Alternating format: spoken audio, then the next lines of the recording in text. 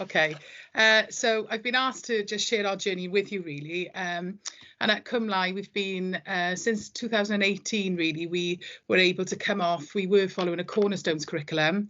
So we were able to come off that Cornerstones curriculum and, if you like, breathe and try to sort of experiment with ideas that we had leading on from the with the new curriculum and successful futures. So we like to think of the curriculum really at Cwmlai, particularly with humanities, like Mr. Ben. I'm not sure if anyone's old enough to remember him, but he used to go into the fancy dress shop, go in the cupboard, and he'd come out then wearing a different outfit, something from the past, present or future. And that's a little like we are at Cwmlai, in that staff have autonomy really over what they're teaching, which period in time they go into, in a bid to try and make it relevant and as authentic as possible for the children. The only sort of requisite we had initially was it was based around the 4 core purposes. So if we move to the next slide, obviously we're trying to develop in our pupils. If you keep clicking this one, it's a little bit the ambitious and the ethically informed, healthy, confident and enterprising. But what we found by not being prescriptive with the staff, they were far more innovative and creative. The topics were more engaging for the children and exciting, and they were really relevant. What we had though was a lot more pupil voice involved. So once we'd immersed the children in the topics that they were looking at or they were studying, obviously we wanted to know what they were interested in and where they were going to take this topic. So pupil voice is at the heart of everything, but obviously it's led by the teachers knowing exactly what it is that we're looking at. So in the background to all the humanities topics that's going on, we have long-term planning, where our non-negotiables are. And also, I don't think these links will work for you now because it's linked to our school, but no. I'll try. I can't see it coming up. Yeah. So but the long-term plan, which again we can share, it just gives the non-negotiables for all the curriculum areas, the new AOLEs. It refers to the what matters statements, and it links back to and the progress steps, so that we are constantly referring to these in our planning. But what's more important to us is the retrospective planning. So at the end of each week, we look at what we have taught, how it relates to the new curriculum, what progress steps that we've been focusing on, but is it relevant to the children? Is it progressive, and is it hitting and providing the steps that we need to for our children? So the retrospective planning, every half term we meet together with our year group, because we're 2-form entry luckily, and we're able to share the learning journey so far and where we're going with it next. So what we did, if you go to the next slide, some of these examples, again, you've got to click through this one, sorry. These are some of the topics across the primary phase that the staff here came up with. Like we said, there were no prescription to them. They could choose topics based on pupil interest or what was current and live in the community or in the world at the moment. I'll just pick out a few for you that I really enjoyed. We had Who was Tutankhamun? There was a Egyptian Tutankhamun exhibition in London, and our year 4 teacher wanted to take the children there. So their topic on Egyptians, we hadn't taught Egyptians in Cwmlai for years because of 2008 curriculum. So again, she was enthused, engaged, and what the children got out of that topic was fantastic. We looked at what do we celebrate in year 1. The children were looking at different types of celebrations. We've got a lot of children from move into the area from other countries, so it was important to ensure that we were making the children realising the global citizenship. We had how can we help to save Australia with the forest fires, a field of the smithy or sound of the anvil is a local topic, which was what we call in Tonarevle, it was built up so other schools wouldn't have this topic because obviously it's relevant to the children in our area. So what I've done from here, Croeso is Japan was linked to the Rugby World Cup, and again looking and comparing and contrasting the two countries, and from there the Welsh Rugby Union had seen our tweets that we'd sent to wish them luck, and the children ended up on the TV, and then they were doing a song. Japanese children were singing a Welsh song in their country, and we tried to learn a Japanese song and sang back to them. So it was just opening up a whole new world for them.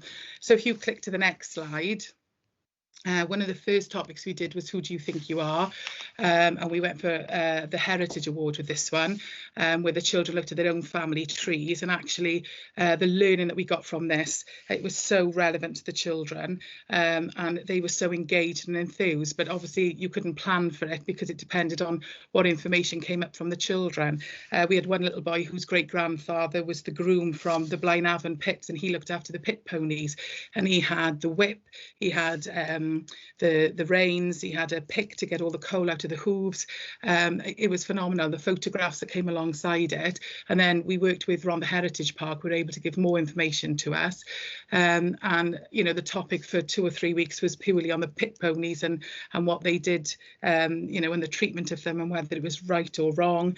There was another family tree that we looked at, was a Polish prisoner of war who came over to Britain.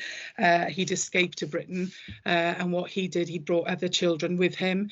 It was phenomenal what was out there linked to our own school and our own pupils. So what it developed was a sense of Cynefin, which is the, you know, their heritage and where they came from. So this one was fantastic and, you know, could be done in any school, but obviously you'd have a completely different experience to what we had. If you move to the next one, the Heritage Award has been in our school for years. So we've predominantly done it in the juniors. So foundation phase took it on. And this year our school was 110 years old. Obviously we had celebrated the centenary. So the children were getting used to new words like century and decade. We had lots of artefacts and resources here from the centenary that we could use again. We had lots of photographs. We're fortunate that one of our, the secretary, her mother was the secretary before her, and she came to this school. She's now 89, so obviously there was lots of history that she could give us. The children wrote questions for her and they interviewed her, and it's just making it live for them and engaging. So if you click on, outside our school was a train station. And one of the biggest events was going to, on Miners Fortnight, going to meet the families. So the children recreated, they made their own train, they bought their own tickets from the office. And, you know, because of COVID, we couldn't actually travel to Barry and Puffcore, but we did, they had their own celebration on the schoolyard, but they bought the tickets, they lined up and they went out for the day in school. But, you know, it's making the learning relevant to the children. And, you know, what we found is that buzz of learning and how it relates to the new curriculum are things that we, you know, historically perhaps hadn't given them. So again, we were successful in winning a Heritage Award for that one. If you move on, one of the humanities with more of a sort of traditional geography slant was Planet v Plastic. There's our giant fish made of all the milk bottle tops eating our planet. If you click on, we started looking at, you know, the journey of a carrier bag. So even though they may drop the carrier bag here, where it actually ends up, and we looked at the Pacific garbage patch, but it was what the children were using was current news. They were bringing in newspaper articles, not just from First News that we subscribe to in school, but from their own parents' newspapers, you know, with fish, whales who've got balloons and plastic bags in their stomach, and CBBC Newsround have lots of clips, and you know, we were using current data and giving the children the real life context. From there they were asked to create action plans. So we know there's a problem with single-use plastic. What are we going to do about it? Who are we going to target? How are we going to do it? What do we want to achieve? How are we going to know we're successful? So the children are not only researching and finding out about it, but what can they actually do about it, and looking at their accountability for what's happening in their world.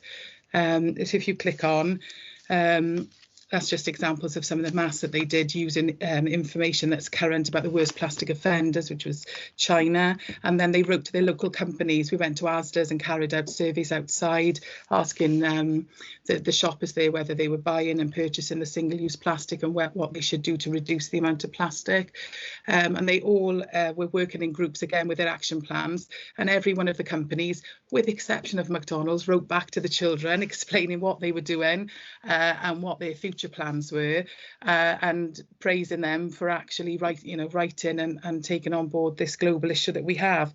And the children then wanted to write to the Prime Minister and to Prince Charles. So we did get a letter back from both and commending them for the work that they were doing and raising awareness. So it's just making sure the children are having real writing opportunities and developing and knowing their role as a global citizen, and that they can have a voice in this world and they can try to make a difference.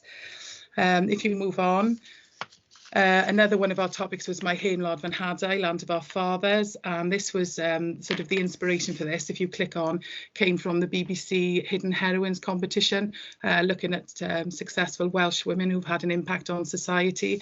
You know, and from here, I know Betty Campbell won the competition and her statue is now erected, but the children looked at who in their lives, you know, who they knew had an impact, who were the positive Welsh heroines. So on the next slide, we looked at a few in the news, but they also looked closer to home about significant women in their lives.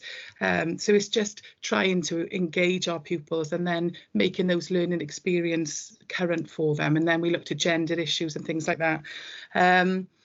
We've looked at this term as Our World Wonderful, and what we got from that was something we didn't expect. It's just there's so much going on in the world. We shared with them, first of all, the Louis Armstrong, What a Wonderful World, but it's David Attenborough speaking it, and there's a lovely video to go alongside it. And then in comparison then, Michael Jackson's Earth Song and what we're doing wrong in this world. So the children's impetus, first of all, was to think about the good and the bad going on. And just like us all, we always look at the negative things. So if you click onto the next slide, we looked at 9/11, which was massive. And then from there, the children, then we developed their understanding of Islam, and obviously the terrorists were extremists, but the rise in Islamophobia.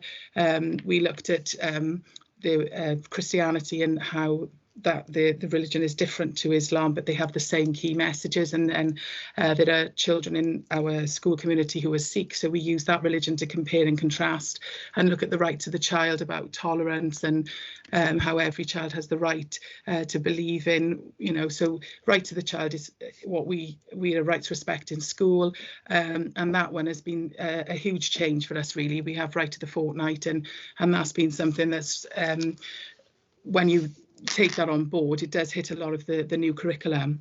So if you click on, we're still on the same theme, but all these negative things happened. So we were able to look at the refugee crisis. There was a volcano eruption in Spain, off the coast of Spain. We've got the deforestation, and we had COP26, and then it was National Rhino Day. So it's being able to tap into all these things that are happening in our world, which are current, happening now, and that the children can actually get involved with things. So we did write to Boris Johnson. We took part in a poll. We were able to write questions that could be put to him when he went to the conference in Cornwall. So it's you know, what the children got from it again was fantastic. And then we look, if you click on, we wanted to look at what was wonderful in our world. So we looked at our immediate locality in Wales, further afield, and then we looked at broader. And I think if you click on our, if you go back, can you click what Wonders of the World? Does it let you go to a website? So the children then created their own website to share their learning. So it's just a way, because of COVID restrictions and the children aren't able to share their work. It was just children working in groups of 5 or 6 where they could put all their work together, all their knowledge, and then they created fun activities. They were using music, they used green screen, and it's just trying to try and think of exciting ways that the children can share, I suppose, and make it relevant. So if you scroll down the fun activities, they came up with Google Forms and things like that. So I've got permission, you haven't, sorry. So I'm just trying to give you sort of a flavour of the activities and the topics, and how by giving staff the autonomy, what we've got from it and what the children have got from it has really enhanced our curriculum at Cwmlai. But like I said earlier, it's going back retrospectively, looking at what you did, how you did it, and what gaps have we got then. And obviously I'm curriculum lead, not humanities, but curriculum lead in Cwmlai. So my job is always to keep a look at the children's learning journey throughout the school, because we don't want repetition, and we want to make sure that it's progressive and what the children are actually experiencing in their diet through the school is relevant to them. But for me, in the senior leadership team, it's just that engagement of our pupils. So there's another topic, but I know I'm running over. It was just to give you a flavour. So this one was obviously more of a local topic, but I will stop now. But anything we've got, and obviously you weren't able to see our documents where we're mapping things out, and the behind the scenes then to the topic. But it's just to try and give you a flavour of, by allowing staff to choose their own topics and create, you know, and because it's relevant and current and happening now, and sometimes in their area, sometimes globally, we feel we're getting the best out of the pupils and our staff. Thank you very much.